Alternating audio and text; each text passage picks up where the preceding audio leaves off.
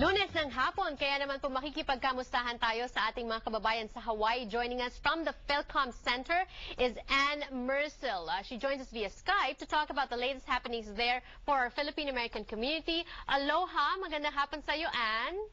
Hello, good morning here in Hawaii. May buntag kaninyong tanan. Nako, talaga naman ang ganda ng greeting. And a beautiful crown. You're such a beautiful person as well.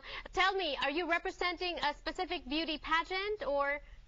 Thank you so much. Yes, I'm actually reigning Mrs. Hawaii Filipina for the 2013. Right. And again, this is Anne Mercil Romagera. May buntag, good morning sa tanan. Congratulations. I know that you're saying hi in Visayan, and that's what we're going to be talking about today. We talked about that last week as well as we discussed Visayan Heritage Month in Hawaii. Is this the first time that you're having that? No, we have that the past year, but this is a big event for Visayan heritage.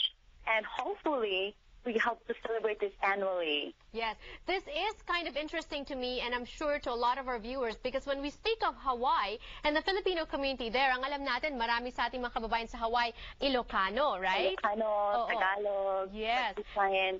So how big is the Visayan community, how large is the Visayan community in Hawaii? Marami ba kayo dyan ng mga Bisaya? Actually, it's big, but some of them are just being quiet.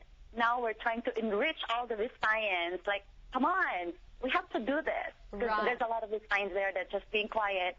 Me, I'm one of the proud Cebuana Visayan. Right. That I'm just, showcasing my talents in anywhere.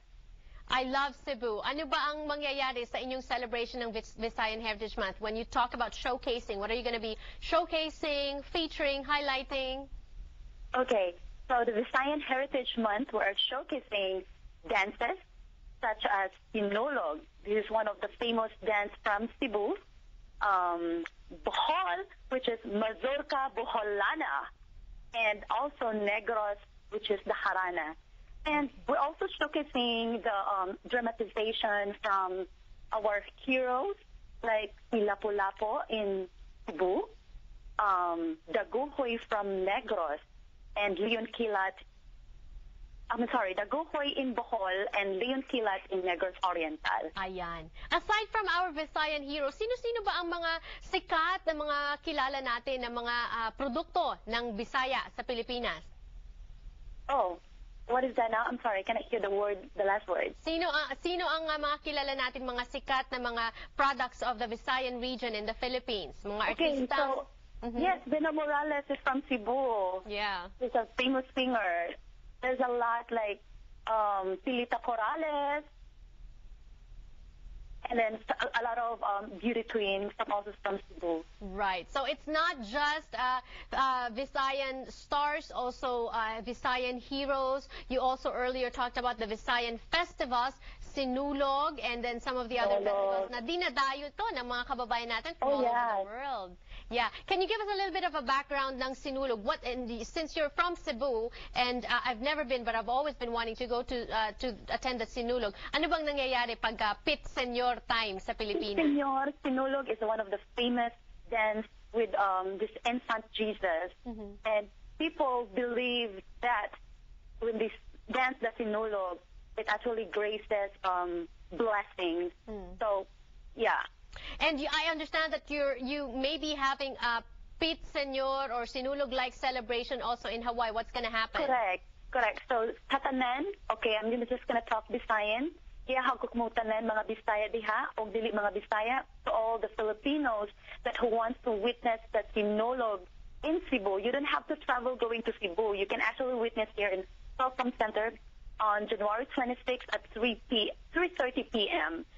That's exciting. Of course, the Visayan region in the Philippines also boasts of wonderful delicacies. Naku, nagugutom na ako just thinking about it. There's a lot of food, so much delicacies in Cebu.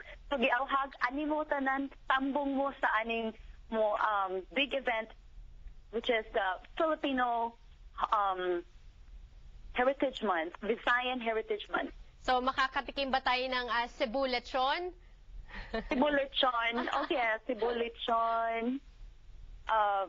Puto, budbod, calamay from Bohol. Oh, wow. You know, the calamay is very, dali rin na siya madaot, pero there's someone bringing that all the way from Bohol. So it's fresh calamay. Ay, naku, ang sarap naman. All right, go ahead. Invite our viewers and feel free to speak in Visayan if you prefer to do so. Imbitahan mo ating mga manunood sa Hawaii na pumunta sa Philcom Center to celebrate Visayan Heritage Month. Thank you so much for this opportunity, for having me here. I'd like to thank the Congress of Visayan Organization, with the Visayan Organization of Hawaii, and many other members of the Hawaiian Filipino Community Center. And also, the chair of this event is Ms. Novi Hardwell.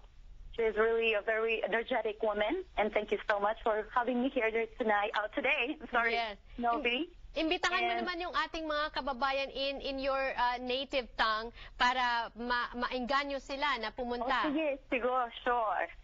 Sa tanang mga Bisaya, bisdak. Ala, sige. Ari mo tanan diri sa Philcom Center, mag-usa ta for one time and hopefully next time. Sa tanan mga kabataan diha, mga bata nga padulong pa, kamo na pud ang next nga among generation. Hopefully that imong ipadayon ang legacy sa ato ang Visayan heritage. All right. Which is Sunday, January 26, 3:30 p.m.